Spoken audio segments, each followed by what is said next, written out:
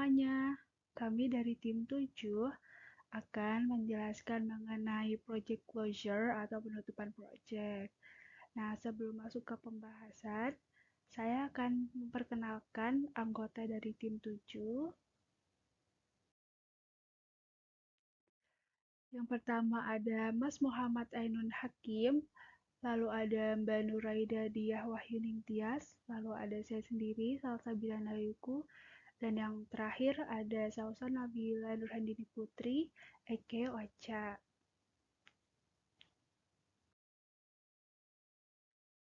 Dan pada video kali ini akan ada beberapa poin yang dibahas, mulai dari definisi project closure, lalu ada tujuan dan pentingnya project closure, lalu ada state of project closure, kemudian dilanjutkan oleh menyelesaikan sebuah project, dan diakhiri dengan project closure report.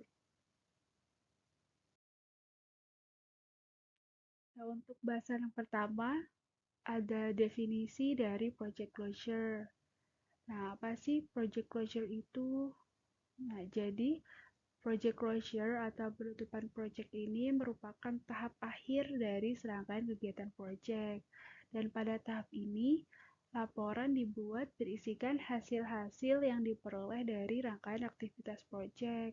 Dan seluruh deliverable project harus dipastikan telah terselesaikan.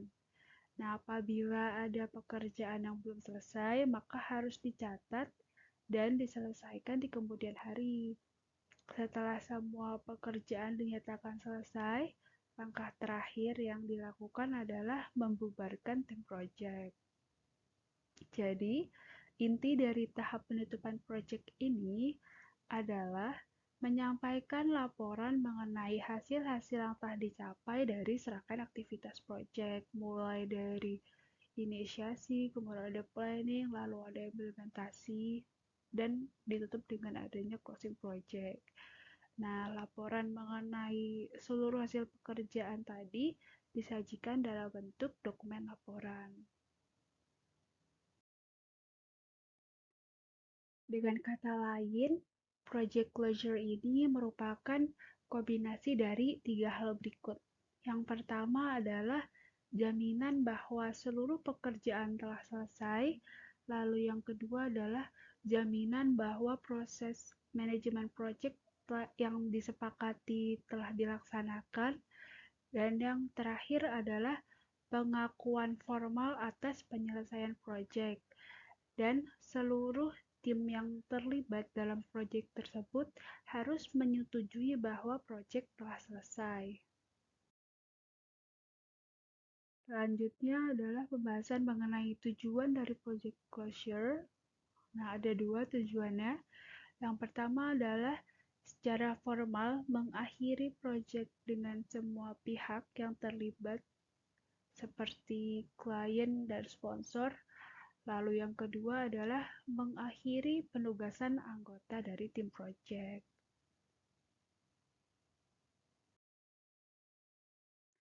Nah, untuk pembahasan selanjutnya, mengapa project closure itu penting? Nah, jadi penutupan project atau project closure ini sangat penting dalam siklus hidup project karena membantu memastikan bahwa seluruh tujuan project telah tercapai dan memastikan bahwa seluruh dokumen project telah difinalisasi.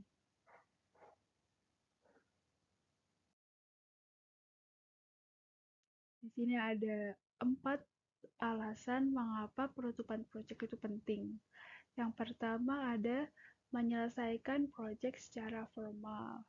Nah, dengan adanya penutupan project secara formal akan membantu menyelesaikan project dan memastikan bahwa seluruh pihak yang terlibat memahami bahwa project telah selesai. Lalu alasan yang kedua adalah memastikan keberhasilan project. Nah, dengan adanya penutupan project dapat membantu untuk mengevaluasi keberhasilan project dan memastikan bahwa seluruh tujuan project telah tercapai. Hal ini juga membantu untuk memastikan bahwa project telah dilaksanakan sesuai dengan rencana. Alasan yang ketiga adalah mengidentifikasi area untuk perbaikan. Nah, penutupan proyek ini juga membantu dalam mengidentifikasi area di mana perbaikan dapat dilakukan. Dengan melakukan ulasan pasca proyek, kemudian manajer proyek dapat mengevaluasi apa yang berjalan dengan baik dan apa yang tidak berjalan dengan baik selama proyek. Hal ini membantu untuk memperbaiki proses dan praktik manajemen proyek untuk proyek di masa depan. Lalu yang terakhir adalah mengarsipkan dokumentasi proyek. Nah, dengan adanya penutupan proyek ini dapat membantu untuk mengarsipkan semua dokumen proyek, termasuk rencana proyek, anggaran, dan jadwal.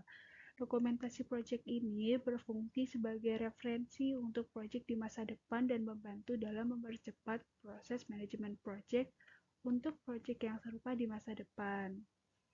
Nah, dengan melakukan penutupan proyek dengan benar, manajer proyek atau PM dapat memastikan bahwa seluruh tujuan proyek telah tercapai, dokumen proyek telah difinalisasi, dan sumber daya proyek dapat dilepaskan.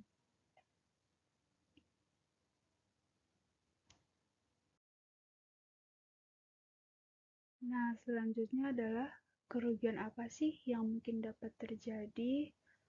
Nah, jadi apabila proyek tidak ditutup dengan baik dan benar, maka tim manajemen proyek serta tenaga, upaya, dan waktu, kemudian reputasi dari seluruh tim proyek dapat dipandang negatif oleh klien maupun sponsor.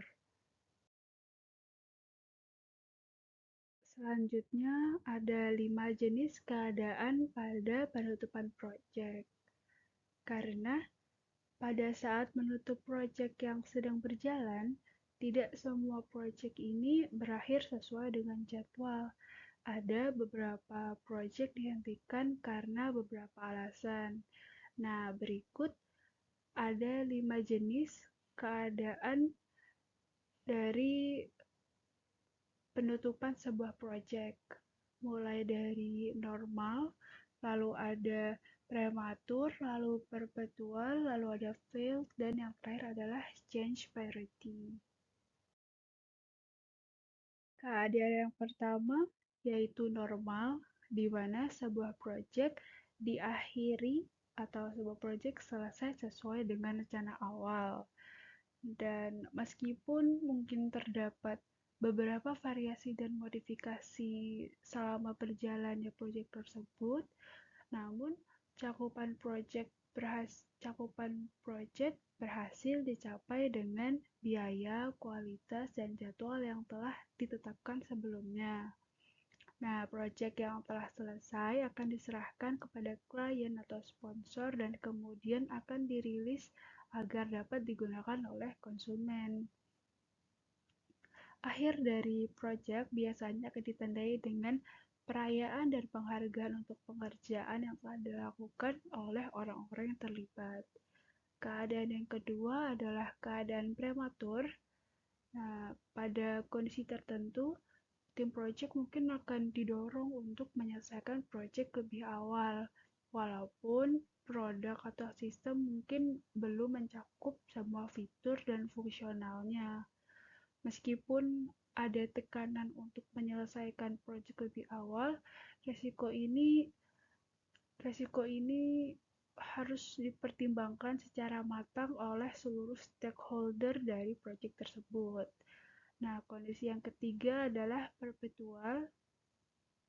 Di kondisi ini, beberapa proyek akan terlihat terus berjalan selama sistem atau proyek tersebut berlangsung, yang artinya proyek tersebut tidak akan berakhir.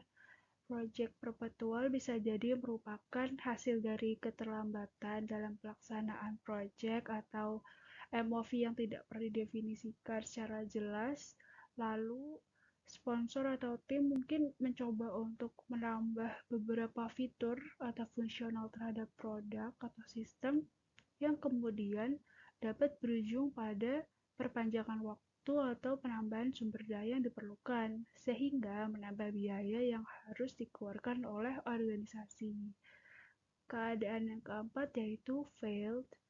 Nah, terkadang beberapa proyek memang gagal.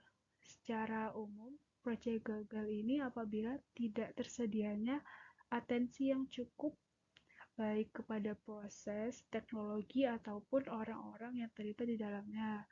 Meskipun MOV dari sebuah proyek mungkin telah menetapkan nilai proyek kepada organisasi, biaya dan waktu akan mengalahkan nilai tersebut ketika biaya yang dikeluarkan untuk menyelesaikan proyek tersebut lebih besar dibandingkan benefit yang akan diberikan. Lalu keadaan yang terakhir adalah change priority. Nah, dalam beberapa keadaan, sebuah proyek mungkin dihentikan sebagai hasil dari perubahan prioritas. Alasan ekonomi mungkin mengindikasikan bahwa sumber daya tidak lagi tersedia untuk penyelesaian proyek, atau manajemen memutuskan untuk mengalihkan sumber daya ke proyek yang memiliki prioritas lebih tinggi. Perubahan ini dapat terjadi ketika kepentingan awal atau nilai dari proyek tersebut disalahartikan, dibawakan secara salah, atau ketika kebutuhan organisasi berubah selama proyek tersebut dijalankan dalam jangka panjang. Nah, untuk pembahasan yang selanjutnya adalah menyelesaikan sebuah proyek. Nah, nanti akan dijelaskan panduan yang dapat digunakan oleh PM dalam menutup sebuah proyek. Nah, ini merupakan beberapa poin-poin yang harus dilakukan saat menutup proyek.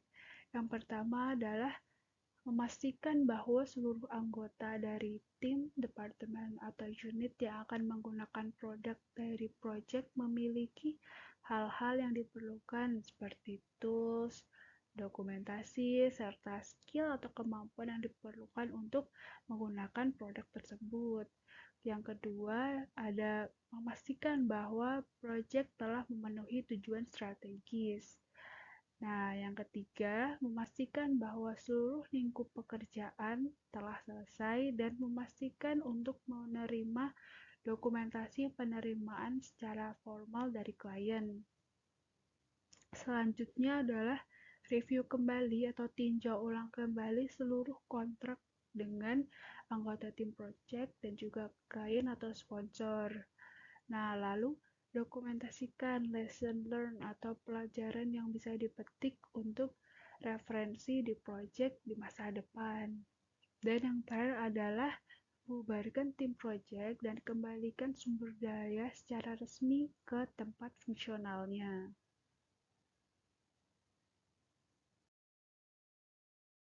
Nah, yang terakhir ada pembahasan mengenai Project Closure Report atau laporan akhir project. Nah, apa sih tujuan dari laporan akhir project ini? Nah, ada dua untuk tujuannya. Yang pertama yaitu memberikan ringkasan tentang hasil project, termasuk keberhasilan dan kegagalan, serta untuk memberikan rekomendasi untuk proyek serupa di masa depan. Nah, yang kedua adalah memberikan kepercayaan kepada klien bahwa proyek telah selesai sebagaimana diuraikan dalam kasus bisnis, piagam proyek, dan rencana proyek. Nah, berikut adalah poin-poin yang harus dijelaskan pada laporan akhir proyek. Yang pertama mengenai ruang lingkup. Nah, pernyataan ruang lingkup ini termasuk ruang lingkup asli perencanaan dan realisasinya seperti apa, serta diskusi mengapa dan bagaimana ruang lingkup ini berubah. Lalu yang kedua adalah informasi mengenai anggaran, mulai dari perencanaan dan realisasinya seperti apa, termasuk diskusi tentang bagaimana dan mengapa anggaran ini bisa berubah. Lalu yang ketiga adalah informasi mengenai jadwal. Seperti dua poin sebelumnya, jadwal juga dijelaskan mulai dari jadwal rancangannya dan realisasinya seperti apa. Lalu ada diskusi tentang bagaimana dan mengapa jadwal bisa berubah. Nah, untuk milestone project sendiri harus memiliki tanggal penyelesaian aktual yang didokumentasikan. Dan yang terakhir ada lesson learned atau pelajaran yang bisa dipetik agar dapat berguna, bermanfaat di project di masa depan. Nah, berikut referensi yang kami gunakan pada pembahasan kali ini. Kami ambil dari 3 referensi.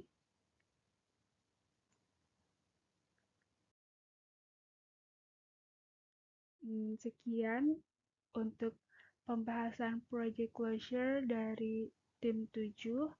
Maaf apabila ada kesalahan kata. Wassalamualaikum warahmatullahi wabarakatuh.